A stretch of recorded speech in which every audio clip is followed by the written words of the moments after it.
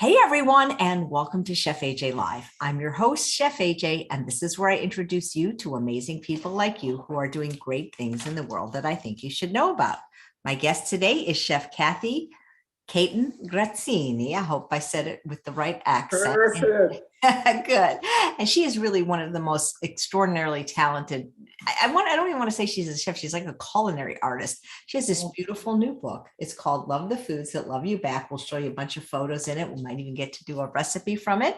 Please welcome her to the show. This is such a beautiful book. It's almost like a coffee table book. Thank you. That's what I was hoping for. But I hope people will take it off the coffee table and bring it to the kitchen too, and have fun with it. Is this your first book, Cathy? It is. It's the debut cookbook. Well, then, congratulations. And what inspired you? Well, I've been working as a plant-based chef now for about 8 years and accumulating, developing recipes, doing classes, private chefing, and so forth. But during COVID gave me the perfect opportunity because all of those activities, the public activities, I put on pause. And it gave me time to write a cookbook. And as a matter of fact, I have you indirectly to thank because when I was last on your show, which was a while ago, one person who had viewed it, who was an acquaintance of mine, I think you said, boy, you should do a cookbook. And something clicked in her head and she hooked me up with some agents that she knew, book agents, who were very receptive. And that was really the impetus for this cookbook. That got picked up by Rizzoli, and they did a beautiful job publishing it. Was this somebody that was just watching the show? Yes. That's amazing. Do you remember who it was? Yeah, her name is Maddie Sobel, and she's a plant-based educator herself. Hi, Maddie. I don't know if she's watching. That's such a great story. And so nice of her to have done that. So it was really, you were involved and she was involved, and the rest was serendipity. I love it. We make a lot of connections on this show. So who thought of the title, Love the Foods That Love You Back? Well, that was me in a conversation with the book agents. And as we were talking through the concept for the book and what I was trying to accomplish for home cooking, to really inspire people to, move away from processed convenience foods. And so many people have stopped cooking and given it up at great risk to their health and to the environment. And those were my motivations. So you want to really feed ourselves with foods that really give us something back in return, because that's what it's all about. Yeah. What is your culinary background? Well, I did the professional plant-based program through Rouxbe Online Cooking School. So that's my professional part of it. But I lived for several years before all of this in Italy. And I have to credit that experience with really inspiring me for home cooking. There is an art and so well respected and revered in the population there, in many places all over the world that have these terrific agrarian traditions. That we are a younger country. We're such a melting pot. We haven't developed it to the same extent. But when I lived there, I met my husband Giordano over there, and we ended up living there for several years in Florence. I was just amazed by the cooking and the traditions and the fresh produce and the fascination. And it's all about the food over there. If you've ever spent time in many countries, but in Italy in particular, people of all ages talk about what they had last night, what they're going to have tomorrow night, there's just a fascination and a joy about it, and gathering at the table. It's a social thing as well as a question of nourishment. And I'm hoping to really instill and excite people about what they can do for themselves and their families and their friends, and to take back their health and have joy in the kitchen instead of one person slaving away by themselves. It's really something that should be shared. like love. Were you vegan when you lived in Italy? No, no, in those days, that was in my 20s. So we're talking a long time ago. No, our journey, things changed and we went we went directly plant-based about 8 years ago after a medical scare that Giordano, my husband, had. He had a botched surgery. It turned out to be a blocked artery. The surgery was very life-threatening, and we barely survived it. And we were so shaken when we got home, started doing a mad search online for, is there any alternative to future surgeries and just slowing the progression of something like atherosclerosis. And we found the work of Dr. Esselstyn and Dean Ornish and got their books, read everything voraciously, and we just went, bloop, changed our lifestyle right then and there. So you both did it right at the same time? Yeah, and our son too. So we just, we decided if this was, and the results were just phenomenal on every level. Just completely rebooted our health. This is the common tale with so many people that you've spoken to, that it's not just for chronic illnesses, it's just for aging, for energy, for mental outlook. It's just so phenomenal what it gives you back. That is great. And so your husband's in good health now? Very good health now, yes.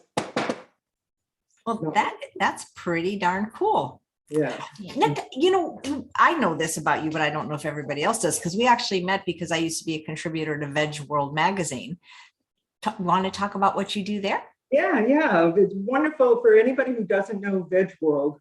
It's an online magazine. It's free. You just have to subscribe, and you'll get newsletters every week, and it's a bi-monthly magazine as well, where we have interviews with all sorts of interesting people. It's vegan, and I'm food editor. So what I bring to our group is recipes from vegan and plant-based chefs from all over the world to share what they do, and also interviews with doctors and influencers.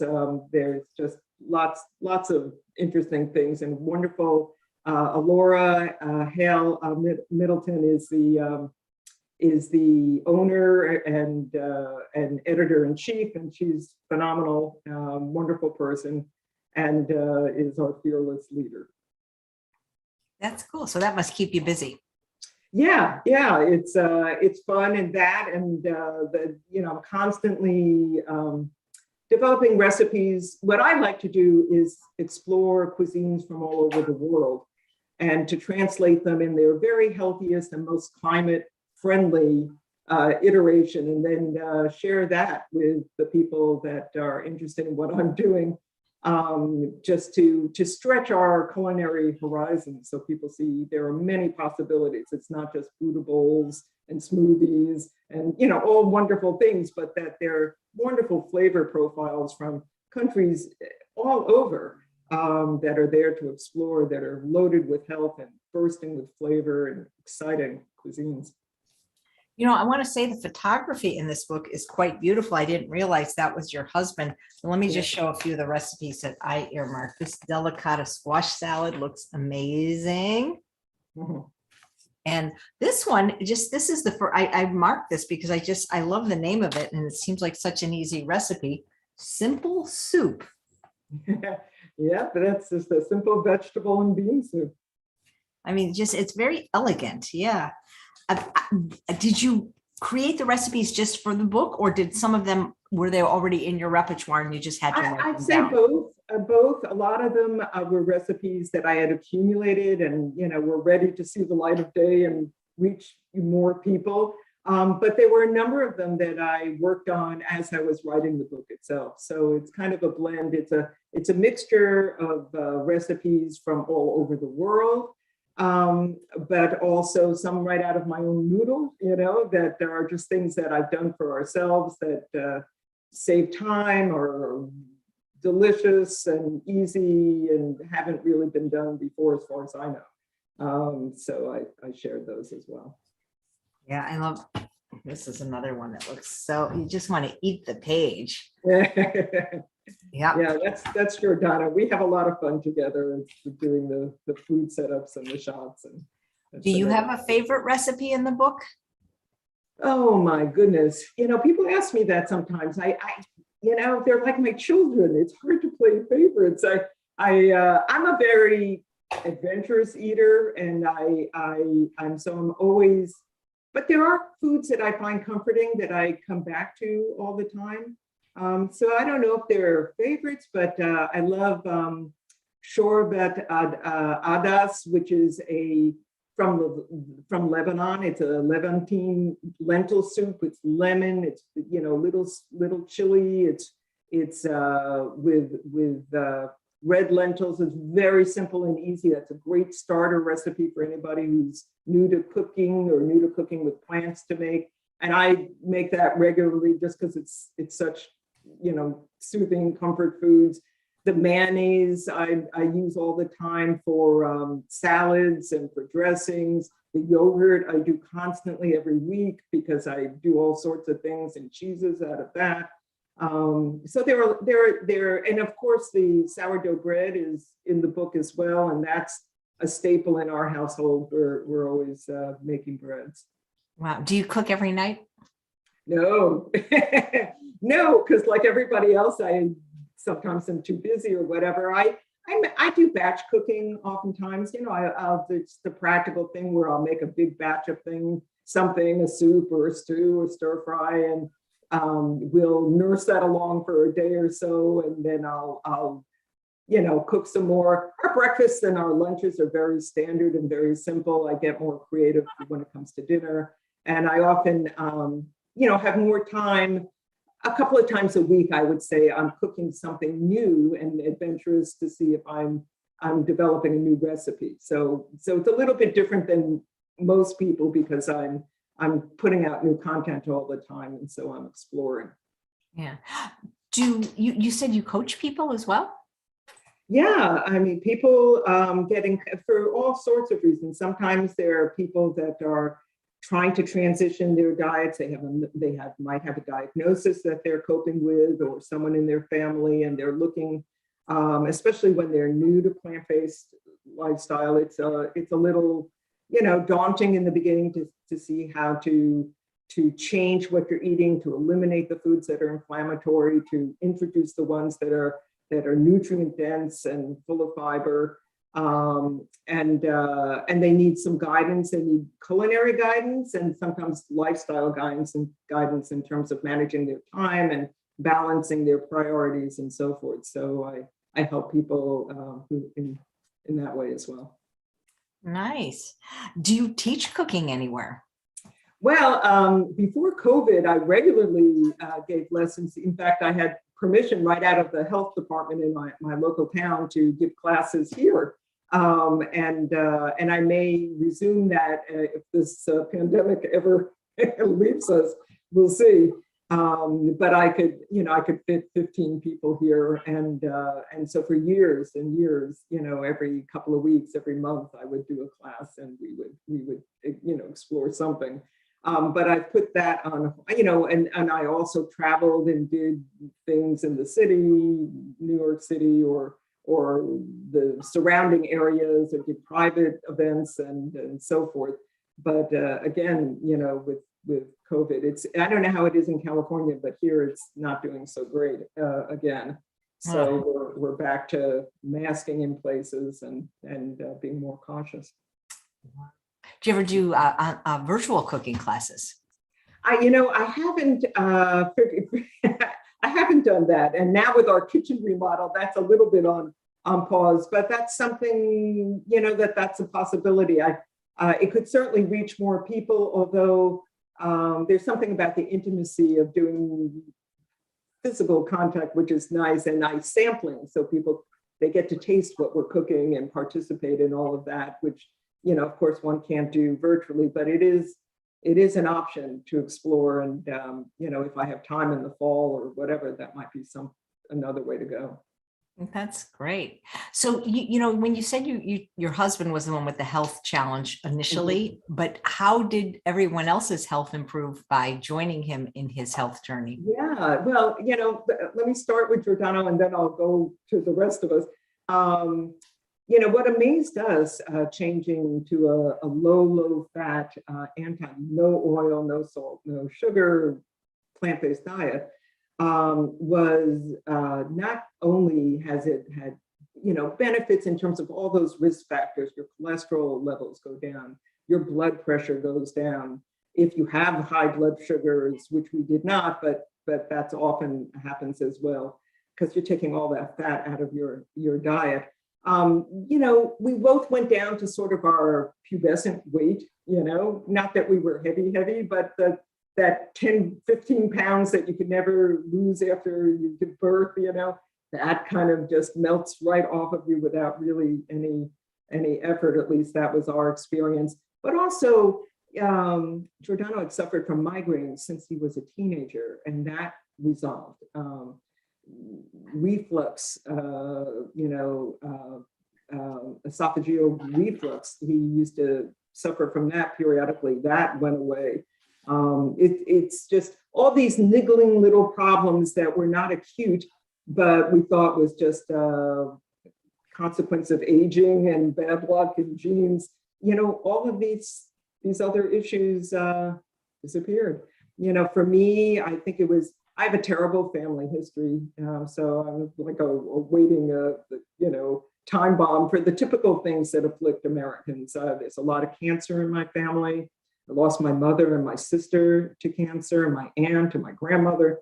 Heart disease on my father's side of the family, and Parkinson's disease. So I had not, thankfully, progressed along those lines, but it's probably in my genetic cards. But what's great about eating this way is that you never, in spite of one's genetics, the food is what did they say? It's the genetics load the gun, but the food pulls the trigger, and so you can avert dementia and Alzheimer's and so many terrible chronic diseases, which are food diseases, food related diseases today. So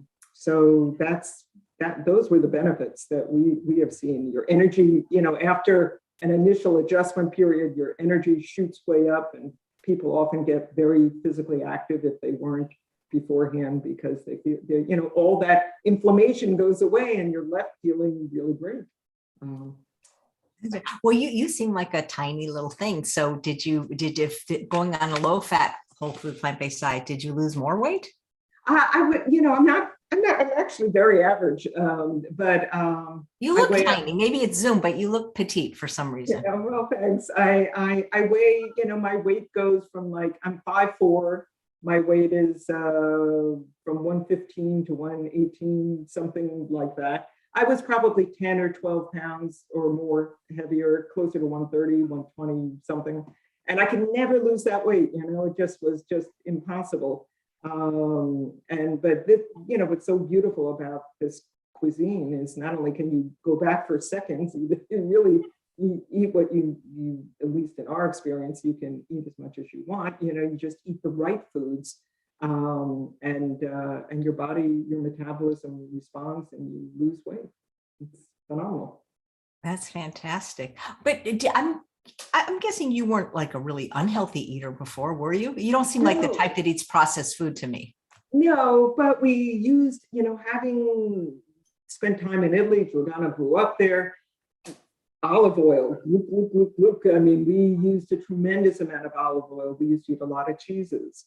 Some processed foods, prosciutto, all the typical Italian, those, processed meats and so forth, which are really carcinogenic, and now we know not really good for you at all. But we were, we sort of ate Mediterranean, I suppose you'd say today. We certainly ate, but I eat so many more vegetables and fruits. I mean, it's no comparison. We weren't heavy processed foods eaters, but there was certainly meats dairy, poultry, fish, all of that we did consume. And happily, no longer and not missing it. Right. There's a question from Colleen. She says, if my memory is correct, are you in Ridgefield, Connecticut? If Yes. so, okay. Yes. Hi, Colleen. She says, I'm in town and free for dinner. Well, we can meet for coffee, but no kitchen here for dinner these days. But is she, I'm trying to remember, has she ever, have our paths crossed before? I don't know. Colleen, let us know if you know Cathy. Why do you think that there's such a love affair with olive oil? Because, by itself, I don't think it tastes very good. There are all sorts of olive oils. I think for the longest time, it was touted as a health food, and relative to other saturated, oils that are even higher in saturated fat, if you're looking at coconut oil or you're looking at butter. But there's an awful lot of industrial olive oil, which doesn't taste all that great and is very inflammatory. But we know from research that Dr. Esselstyn had written about that even olive oil is inflammatory and will provoke atherosclerosis, irritate your arterial endothelial lining. And so none of it is really good for us. I think, in Italy 100 years ago, when they were dealing with, local producers, tiny farms, extra virgin olive oil was used very, very sparingly because it was so very expensive. And who knows, maybe in those cases used cold, never heated, perhaps that would have different effects, but it is really used to abuse and is damaging to our gut as well as to our arteries. What I noticed I haven't used oil in at least 15 years, but when I did that, I had to use a lot more salt. Mm.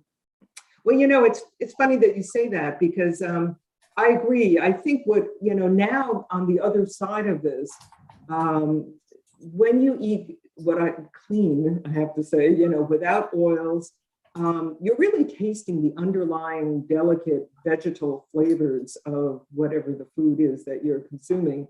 It's not masked with oil. Oftentimes I realized that in my earlier life, I was tasting the oil or I was tasting the salt, and those are the things that are addictive that, you get used to using it. It might even stimulate those dopamine centers, and that's why it's addictive in the brain.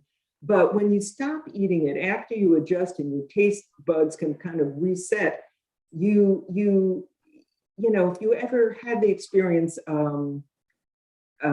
then of going and having an oily meal or so forth, it doesn't taste good and it doesn't make you feel good either.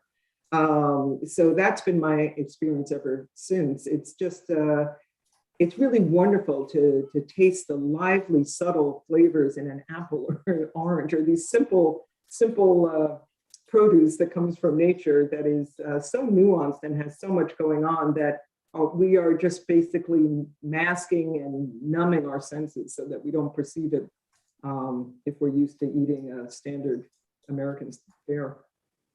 Yeah, you mentioned you do batch cooking. Do you freeze things? Yes. That's the beauty of a lot of this is if I make a Tuscan minestrone, it's in a pot that's yay big, it's huge, and it's delicious, but we're just two of us living here now. So I often will freeze and rotate for those evenings that were too poop to pop and want a simple supper, and that it's wonderful to recycle foods that way and have that at your fingertips. So yeah, and it also can last you for several days in the fridge if you're in the mood to have a soup or a chili or something that for a couple of nights in a row, you can certainly do that. Yeah. What do you normally have for breakfast? My breakfasts are really simple. I don't wake up hungry. I don't know if that's your experience too, but I'm not a big breakfast person anymore.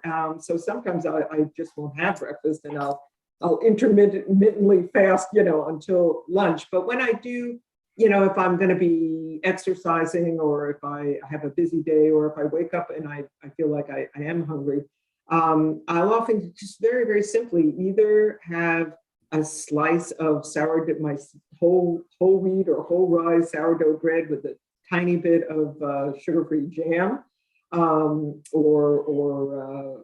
a fruit paste on top, or I'll have a bowl of whole grains, oatmeal or another whole grain with some fresh fruit, and that's fine for me. Yeah. How about you? I'm not hungry in the morning. My first meal is lunch. It just, Yeah. just the way it is. So Yeah. it's a chopped salad and sweet potatoes, or sweet potatoes and broccoli. And I just don't seem to get tired of it for some reason. Comfort food. Yeah, for me it is. So how many recipes in this book, and how long did it take you to write it? There are nearly 100. Some of the recipes go on for several pages. So it's close to 100. It's 90 something. I don't remember exactly what that number is. I started it, I would say, about a year and a half ago. It was in the fall, I think it was September or October of what would that make it, 2020? So that's when I think we really got serious and started working with the publisher, choosing recipes and retesting them and refining them and rephotographing where we needed to rephotograph, and beginning to pull it together. And did you always want to write a book? For a long time I have, but I had no idea what was entailed. It's for any aspiring cooks out there, at least in my experience, I don't know how people do this and hold down a job at the same time. It was a full-time enterprise for that year and a half. It really kept us busy every day, really. So it was pretty time intensive, but joyful. I know, total education. I love the people that I worked with. So it was a wonderful experience. That's so cool. I know you have not a PowerPoint, but you have some slides. Do you want to show us like some of the different recipes in the book, and maybe tell us what they are through photo? Yeah, well, just they're going to cycle through the whole book, so you will go as long as you'd like. And then maybe you could just say, you'll be able to maybe say what the recipe is as we see the picture. Yeah, hopefully I can pull that up in my little head. And then we'll save the recipe for last that you're going to make. Okay. So let me load this up. Okay. So it's on its own timer. I could take it out of this view and speed things up, but so these are parathas, Indian parathas. They're flatbreads. These are stuffed with baby greens, and we have a raita yogurt in the background. Homemade pasta you can make. It's a lot of fun to do with chickpea flour. Well, actually, mostly chapati flour, 100% semolina. This is a creamy tomato soup. This is a pasta with broccoli and roasted tomatoes and chives with a white sauce. This, I want to say, might be for garam masala. So I have some spice blends in here. This is a chocolate ganache, which is wonderful. It's made with cacao and date paste and vanilla. And so if you're into making fresh pasta, here is ravioli stuffed with ricotta and chard in a rosé sauce. This is risotto, butternut, squash, and spinach. And these are tofu pâtés. You can make all different kinds of pâtés as well that are very simple and nice. And this is maslala, which is the recipe I'm going to demo for you in a little bit. This is a wonderful Moroccan salad. Mushroom barley soup, it's classic, but this is made with whole barley. These are Scottish oat scones. So lots of fruit, dried, raisins and carrots and other things. These are nicer Newtons. So for if you have little ones and you want to make a healthy cookie, that's made with fig paste. This is a tart, a medieval tart with apples and raisins and pears. This is a tzatziki salad. Instead of just the mix, I made a salad out of it. This is a Nordic salad. So it's got raw beets and apples and watercress and kind of horseradish dressing. This is a simple crema with apricots and cherries and grapes. And these are those chocolate cranberry power bars. They're granola type bars that are great for after workout. So much fun to make gnocchi. If you've never made potato gnocchi, it's one of our favorites. And that's a great party thing to do with a lot of people. Simple homey oatmeal raisin cookies. It smells like my childhood whenever I make those. Banana and poppy seed bread with, very simple, easy, quick bread. This is a pulled jackfruit that instead of pulled pork, I made it with jackfruit. This is another dessert. It seems like a lot of desserts. This is pears and blueberries, a little creme fraiche made from my fresh yogurt. This is fougasse. It's a French bread, stuffed bread, so pretty, shaped like a leaf with veins. And this is a pumpkin rolls with raisins. So it's a nice quick bread that's nice for brunch.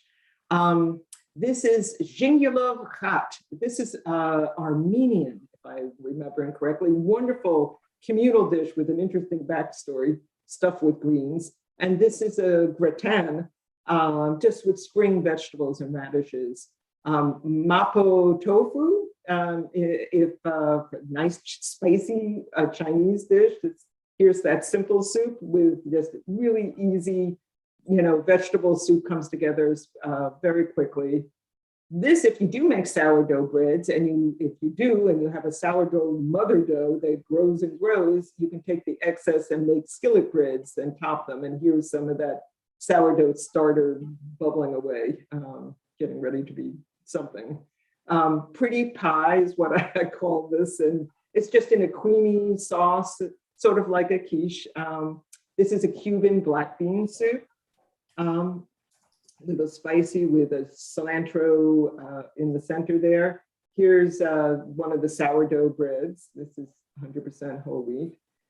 So these are high hydration breads. I don't remember what this one is very, very quickly, but another one of the spices, just too quick for me to recall. This is an original dish. It's a splayed eggplant, peppers, onions, and tomatoes. Very simple. You braise it on top of the stove and then in the oven. And this is a bean Provençal with flavors with fennel and all sorts of French. I'm falling behind here. This is tomato, a beautiful appetizer, a little complicated to make, but it's a great party dish. This is yufka, which is a Turkish flatbread made with yogurt. And this is the muale, which is a lentil and pepper dish, and eggplant. If you make yogurt, you can make your own very simple cheeses that are made out of strained yogurt. And those are whole grain sourdough crackers as well. This is bechamel and Swiss chard stems that you can make just a casserole out of. And these are just pictures of different ingredients from South Asian cooking. This is a zucchini and fritters. I'm trying to think what else is in there. This is just a very simple sauce made out of roasted peppers. So I roast the peppers and then you blend them and it makes a wonderful sauce you can use in all sorts of things. This is just a very simple plums roasted that you can have on homemade crackers, and it's a wonderful snack. This is my pomodoro rustica, great tomato sauce, very simple. Hot and sour, Chinese hot and sour soup, classic, made with all sorts of fungi, that's great. If you make polenta, you can then make crostini out of polenta in a frying pan and top it with different, as crostini. This is turlu, which is a Turkish pepper dish. This is a tort, just a savory tort made with vegetables. It's very pretty and for the summer. This is an original salad. It's my autumn leaves. I shaped the beets and plums and other things, roasted plums. This is cuco, which is a Tuscan stuffed dish, which is really lovely. And here are simple crepes made with chestnut flour stuffed with different fruits.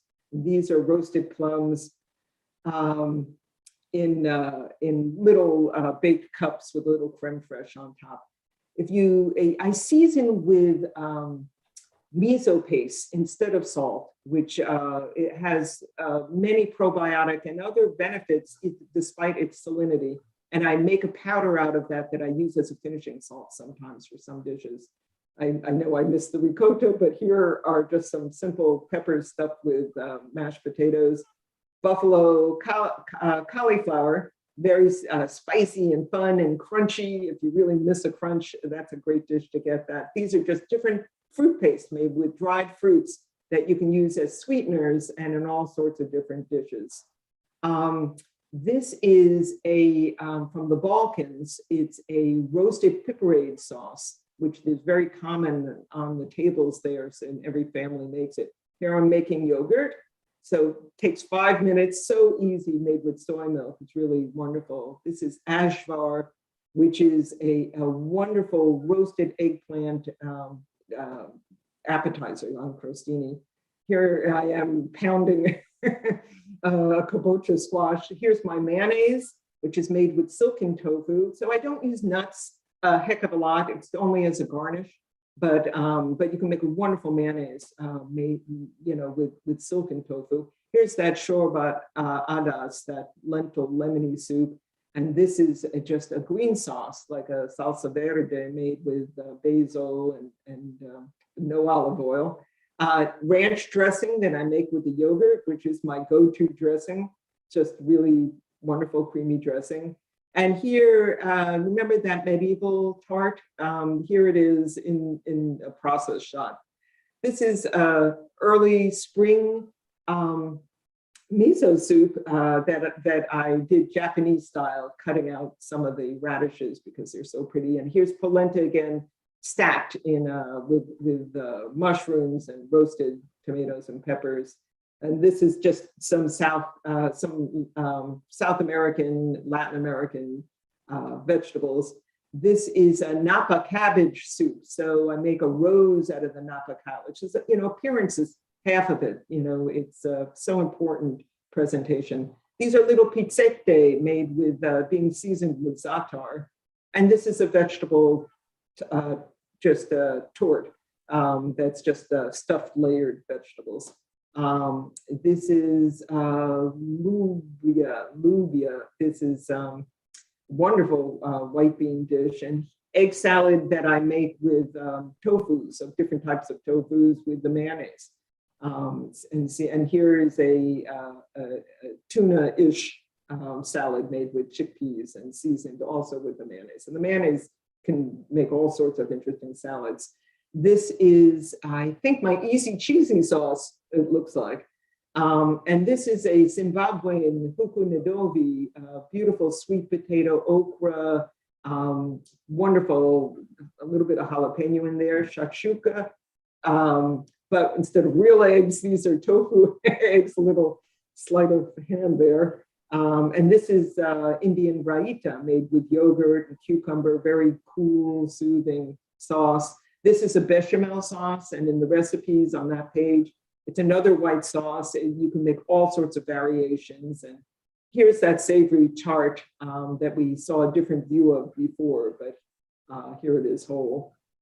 This is my cauliflower split pea soup that you can decorate if you like. Makes it more fun to make and eat. And this was, again, that red pepper sauce. And these are little chocolate bites made with kabocha squash and vanilla and cacao. Here again is another pasta shot with broccoli, it looks like, and a white sauce. This is castagnacho made with chestnut flour.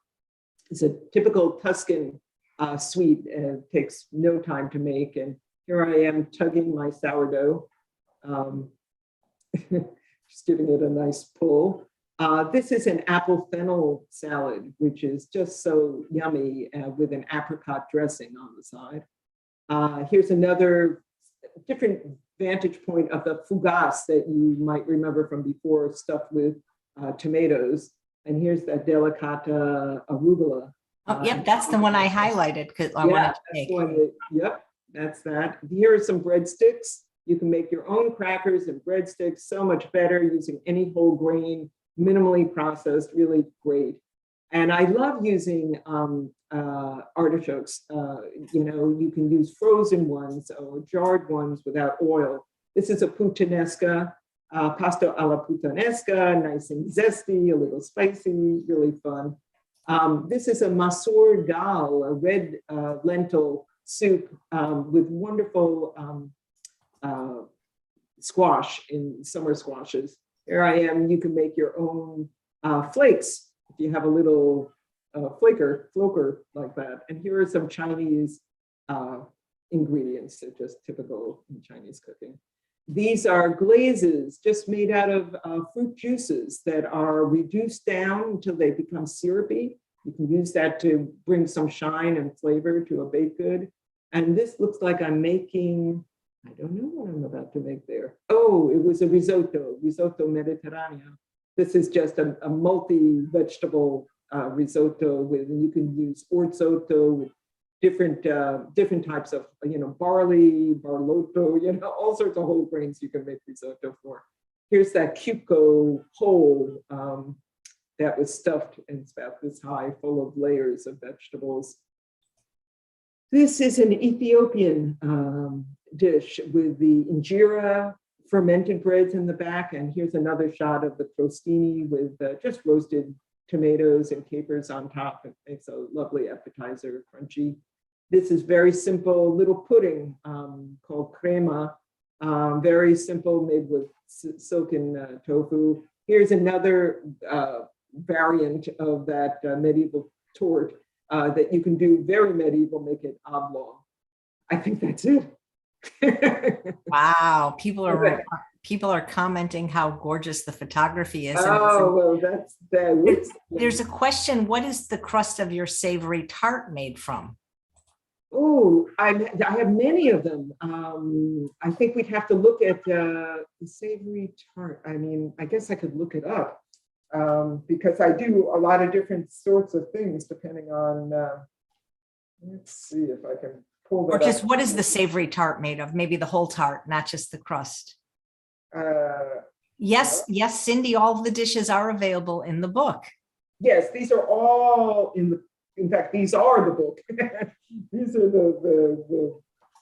are the dishes in the book, pretty much most of them. So let's see if I can pull that up. Maybe I'm in the wrong chapter.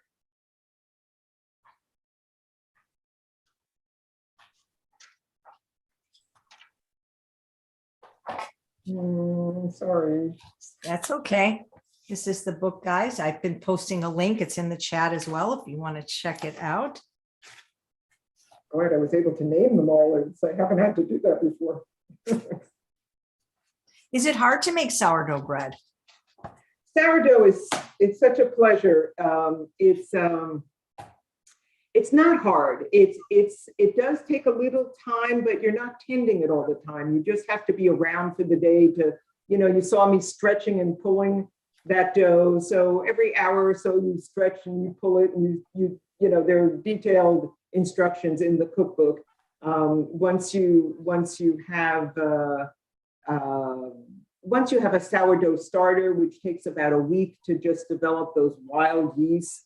And all you need is I like to start it with rye flour and water, and I don't really use anything else, although some people add some pineapple juice because they think it ensures success. It doesn't always take the first time, but I was able to years ago. And what's great about a sourdough starter, you keep it in the fridge, or even on the countertop if you're baking every day, but I don't bake bread every day. So I keep it in the fridge, and you feed it like a goldfish, every once a week, twice a week, you give it a little bit of flour and water, and it bubbles away and keeps living, and you can keep them for hundreds of years. People brought them over from Europe when they emigrated here and crossed the West in their wagon trains with their sourdough starters. They last forever if you just don't neglect them and give them a little TLC every so often. They're not demanding.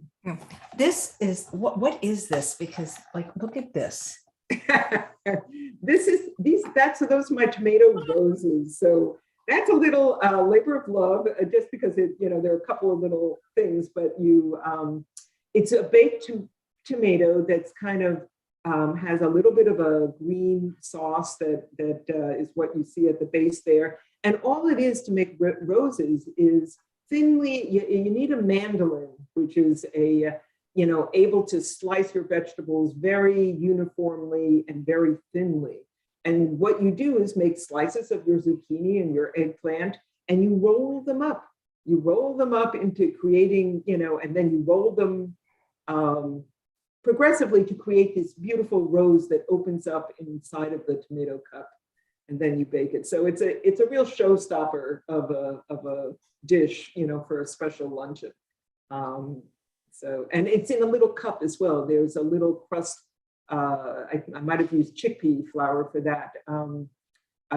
That you make this very pretty cup, and then put your vegetables in that, and put that in the tomato and bake it. And it's you can spread that over a day or so you don't have to do it all at once. But I'd say that's probably one of the more labor intensive ones. But so you don't want to start there. But if you really get into cooking this way, it's a really fun thing to do. And the advice I also have for people who are starting out, who are new to cooking, or even who have been cooking for a while, but maybe not cooking this very anti-inflammatory, climate-friendly way, is to cook with a friend, have a buddy, because one of my biggest impetuses, if that's a word, for writing this book was to bring people back to their kitchens and to the beautiful traditions that exist around home cooking, because that's where health begins and ends. It's what we do for ourselves, in my opinion. And we're hardwired to cook and share food with other people. I think we've been, since fire was, we came up with fire 2 million years ago, we have been sharing food around a fire pit. It is just so ancient. And I think we still, all our holidays and festivities are all around food events. We mark the milestones in our lives, whether weddings or deaths or coming of age, or, they're all the special moments, but there's a social cohesion and connection that we make around food that we are at risk of losing because of the convenience of processed foods, the affordability of restaurants. People have, we don't have a culture around healthy eating, unfortunately. We have to reignite it. So hopefully we can all together explore that and bring that back. What's the vegan scene like in Connecticut? Do you have lots of friends and family that eat healthfully like your family? There are a lot of people, and it's getting better all the time. I celebrated Passover with my family just last Friday, and while I can't say everybody is eating the way we are, I have noticed that vegetables are dominating our table more and more than they ever have before. I think, unfortunately, I think some people are very proactive about their health and about, animal cruelty or the environmental concerns, all of which are really vital. But many times people are reactive and only sort of wake up to this when they have a medical scare, which was, our situation as well. Hopefully it doesn't have to come to that, because especially with the climate pressures, there's plant-based foods like this are 10 to 50 times less impactful in terms of their production of greenhouse gas emissions than animal products. It's just so much more beneficial for the planet to be eating these whole plant foods. So whichever way brings people into this arena, there are just so many really important reasons to go explore these cuisines. Yeah, terrific. So Joyce says, please open a vegan restaurant. Your dishes look mouth-watering. No, thank you so much. Appreciate that. And Tracy says, I'm allergic to wheat and soy. How are your balance of RE pies regarding these allergens? Not sure. Maybe she's asking. You don't need, there are many gluten-free. If wheat is an issue for you, you don't have to use soy. If you don't, tofu and other things. I often, there was that earlier question about the pie crust. Well, I don't have that recipe. I can't seem to find it right away. But oftentimes I use squashes. You could use vegetables and fruits to soften your whole grains, especially if you're dealing with a tart or a torte. You don't need gluten. You don't need wheat at all because you're not making a bread that has to rise, and you need those glutinous strands to sort of hold the carbon dioxide and expand. But when you're dealing with pies and even flatbreads, you can use barley, I don't know if that's an issue as well, but you could use millet. I do a lot of cooking with buckwheat. It's a fabulous, and oat flours. So you bean flours. Not only chickpea flour, but you can use any legume flour if you have a way to mill it. So that might be, or you can buy milled flours if you can find them. So it's not a hindrance. There's plenty of recipes and wonderful dishes one can do without wheat or soy. Nice. Shirley Ann says, I've been looking for a cookbook like yours for so long. Well, now you found it. The recipes look amazing. I love the international dishes. Will you be working on a volume 2? Well, that depends how volume 1 does, I think. So I certainly have continued to work on recipes. I probably have enough for another cookbook, to tell you the truth. I think we're all waiting to see what the reception is for this cookbook, to see if publishers might be interested in taking it to the next step and going from here. So I would love to do it. I know you're a wonderful chef because you've been on the show making food. And I also know you've been going through a remodel, so you couldn't do a full-blown cooking demo, but I hope you'll come back sometime and maybe cook recipes either from the book or ones that aren't in the book. But you are going to show it. We made a promise of showing a recipe. But this is meslala. So let me give you a little introduction. Meslala is a Moroccan orange salad. It's often made with olives, and I don't use a lot of olives, but they're wonderful just as little highlights to flavor, because we won't be so there's more than enough flavor and salinity in the olives for this dish. And if you haven't made Moroccan food before, it's a wonderful culinary tradition because it's so aromatic. Moroccans love to cook with fruits and spices. There's a lot of sweetness in their dishes. It's very heady with perfume, and it's just wonderful tagines, of course, many other dishes as well. But what I love about this recipe is then some of it is, I've tweaked myself with a couple of additions, is that it's so colorful and it's so beautiful that it just invites eating. So let's see, I hopefully you can see everything that I'm going to do. I'm going to plate it a little bit, and then we'll make the dressing together. And hopefully that will, it's a pretty easy dish to make, but it's so beautiful. It's a party dish as well. So you start with just your oranges, sectioning some oranges. You can use navel oranges if you're, and this is right at the end of orange season where I am, so they won't be around and great for much longer, but they're still beautifully, wonderfully sweet and gorgeous. Blood oranges, if they're only available seasonally in Connecticut, but in California, who knows, because it's the food capital of this country, I think, in terms of availability of beautiful produce. Blood oranges are just so colorful. They have a very particular, slightly different flavor. So if you like blood oranges, they're also lovely in this dish. So let's just start with some oranges. Then I'm adding some radishes. So these are watermelon radishes, just because they're rather pretty. They're called for obvious reasons. You can see the green, the white, and the red center is the way these radishes. Sometimes they're all pink. And in fact, in the book, it was a very ripe one and they were just hot pink. If you can't find watermelon radish, any radish will really do. Purple daikon is also beautiful in this dish because it's a beautiful contrast with the orange, the purple as well. So we're just gonna, I washed my hands before I sat down here today. So we're just going to, my recommendation for many of my salads is, instead of building a salad in a big bowl where everything sort of falls to the bottom, is to plate it artistically as you go individually. So I mean, if you have a dinner party for 20 people, it may not be practical, but if you're entertaining your family or just a couple of couples, then it behooves you to make individual salads, because you can really decorate them almost like a tableau, a painting, and just make them colorful and beautiful, because we eat first with our eyes. So if the food is not appealing, I see this so often with different chefs, plant-based or not, where food is just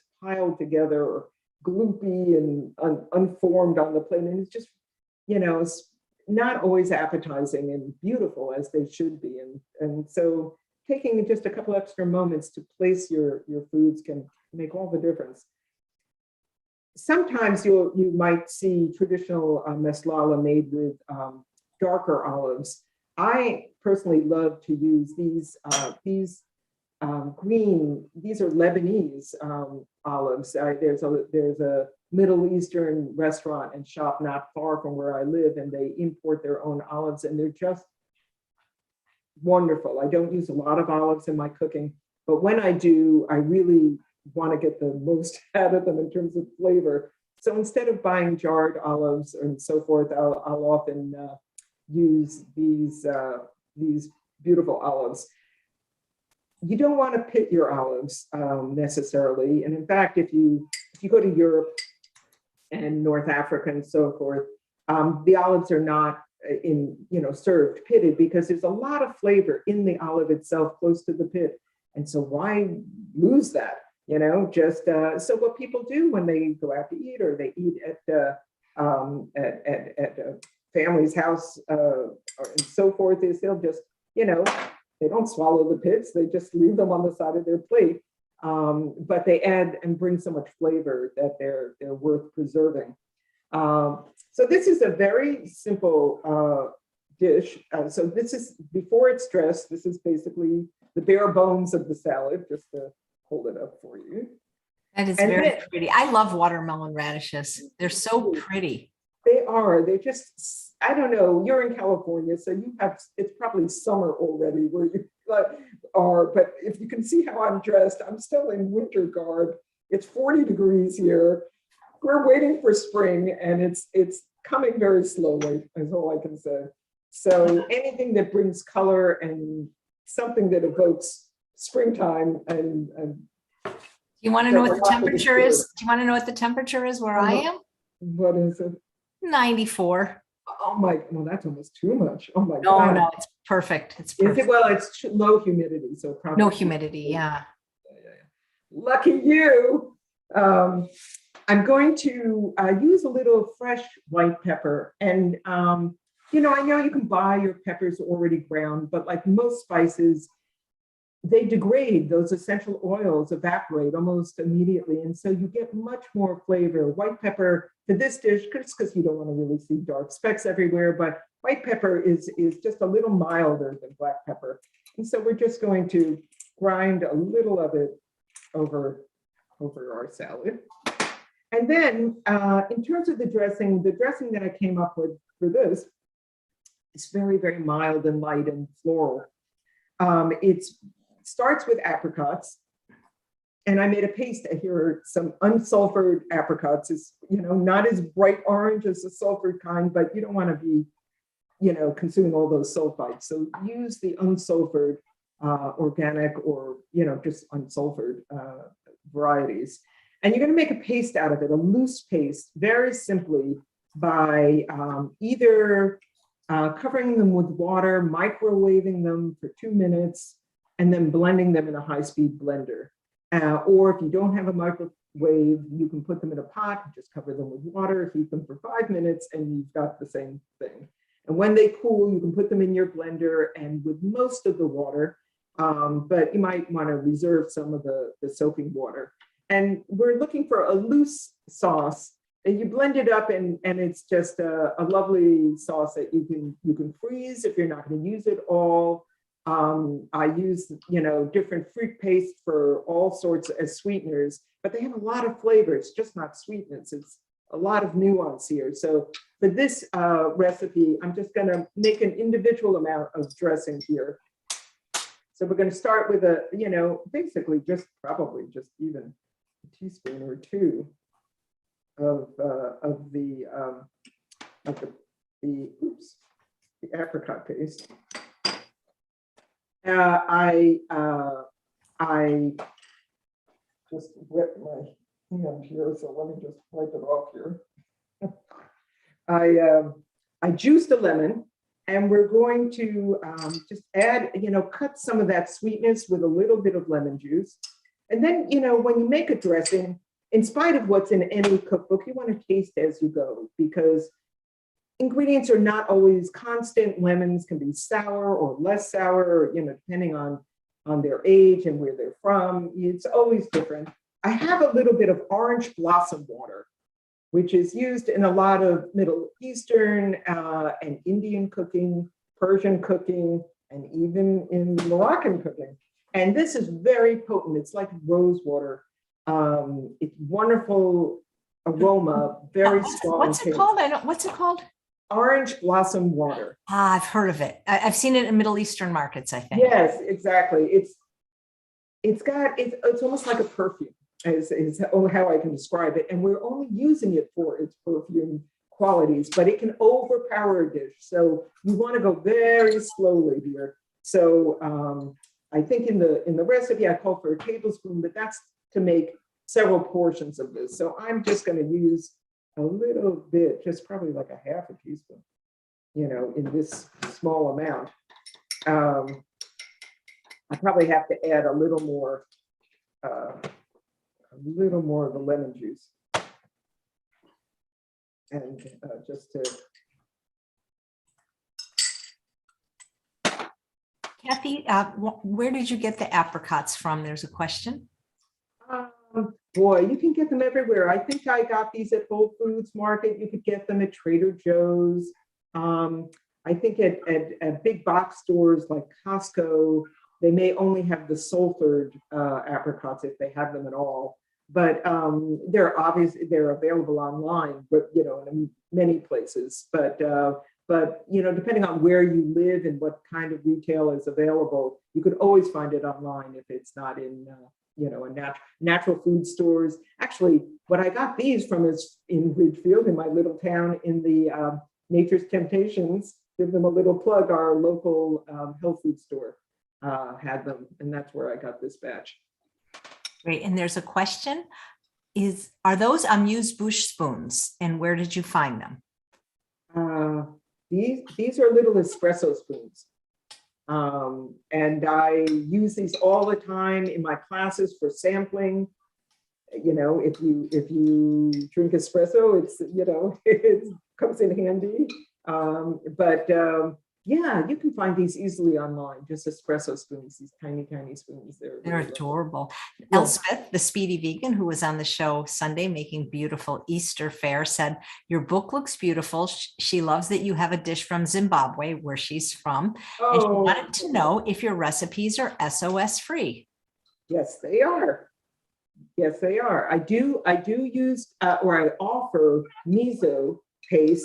I started to talk about that before, and I make a miso powder. I mean, you don't have to use them if you are entirely sodium free, but for many people, they need a little more depth of flavor. And Michael Greger shared quite a bit of research about miso coming out of Japan a number of years ago.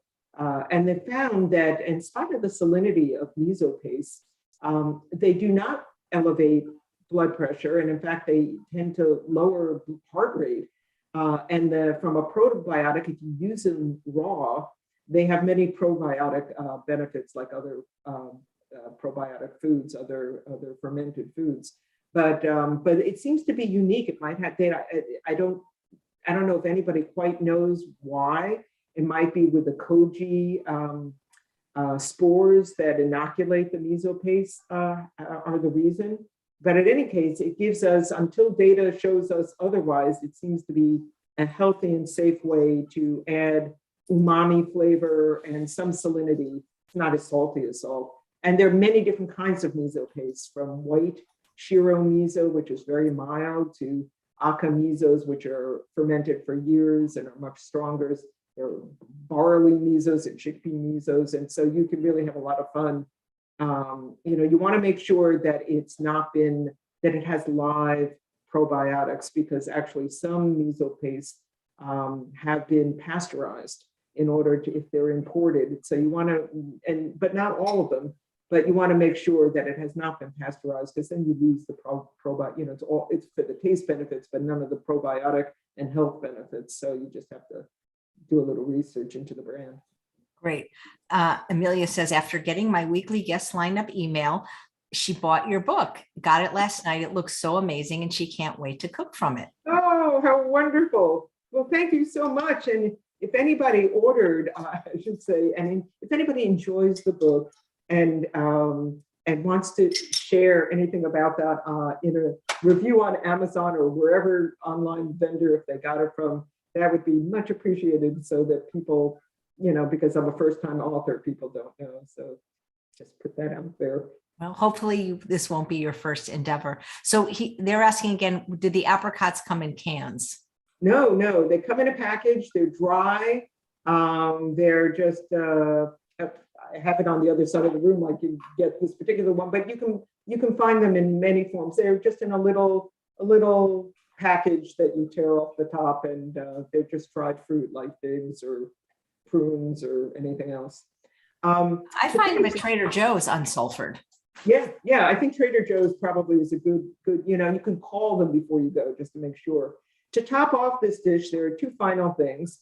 One is some fresh mint that I have cut chiffonade. And if anybody needs, I can demonstrate how to do that.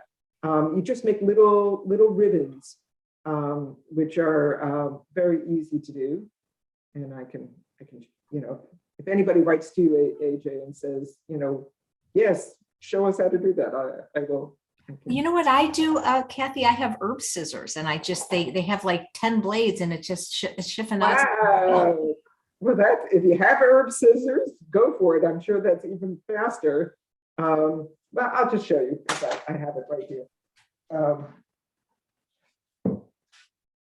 Just have to reach to the other side here. Here's a question. Does the orange blossom water contain added sugar? No. It's not sweet at all. All it has in it is orange. Wow. I've seen it in the Middle Eastern store. There's a Syrian market, and they carry that, and they carry rose water and pomegranate molasses. Yeah, no sweetening. It's just water and orange, natural orange blossom flavor. Sometimes they have a colorant in them, but there's no sweetening in them. Great. So if you don't have special herb scissors, you can easily chiffonade, cut in a chiffonade, which is, you just want to take your mint leaves or whatever, basil leaves or whatever herb you need to do this with. And you can do this with big leaves too. This is how I cut my collards and my kale when I'm steaming greens. Roll them up in a little roll, and then just simply take your chef knife with your fingers tucked under, of course, and just you want to go, right down, and this is a slippery table, so it's not exactly the best surface, but anyway, you'll create your little ribbons that you can, that are nice to decorate when you just want a pretty topping. And the final thing for this dish is just fresh lemon zest. So we're getting, a lot of between the orange blossom water, the mint, and now the lemon. We will just decorate it. Is it coming through?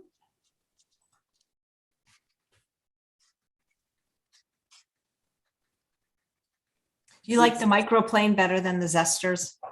I use them both. This one is, I'm wondering if it's still a little damp because it's a little sticky.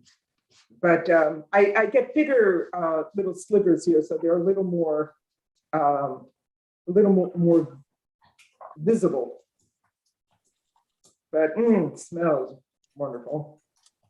And there you go. So I'll hold this up for you. And that's Miss Loa. It sounds like you're saying like somebody's name, like, oh, Miss Lala. Miss Lala, I knew you when. It's a friend. Right. Well, this was wonderful. I mean, if you could do this much just sitting down without a kitchen, imagine what you're going to be able to do when you come back with a full setup. Well, when my kitchen is done, I will be thrilled to do it, and it'll be such a pleasure. I can't wait. But it's with supply delays and everything else, we're into this, a couple of months away still, alas. So thank you for accommodating me. Oh, no, thank you. I clearly do not need another cookbook, but I'm definitely buying this book, says Elspeth. She's fabulous, and her husband's photography won me over. Well, good. It really is a beautiful book. Well, thank you so much, everybody. I really appreciate it. And I hope you get lots of pleasure out of it. And if anybody has any questions, you can always email me. I'm accessible and happy to help. Just let me show a few more pictures from the book. Look at I love this shot, the way you got it. That's an incredible shot. And look at the pretty pie. Is your husband a professional photographer? Semi-professional. He's an artisan, and his trade when he was trained in Italy is as a silversmith and a wood worker. He restored antiques for many, many years. That was his career, and made furniture. But he's just like almost so many Florentines that I have met have such an artistic approach to life, and he's always had as a hobby, he's a photographer, a nature photographer. So it wasn't a big step for him to address food in photography, and he does a beautiful job. It really is stunning. Thanks so much, Cathy. It was great connecting with you. Thank you, AJ. Thanks, everybody. It was great to hear from you all. So enjoy. Thank you. And thanks all of you for watching another episode of Chef AJ Live. Please come back tomorrow at 11 a.m. Pacific time when we have another new book to discuss. This is called Improving Women's Health Along the Lifespan. And 3 of the 4 medical doctors who wrote this book will be talking about how to improve women's health across the lifespan. And one way to improve women's health across the lifespan is to buy Cathy's book and make these delicious recipes. Take care, Cathy. Bye-bye.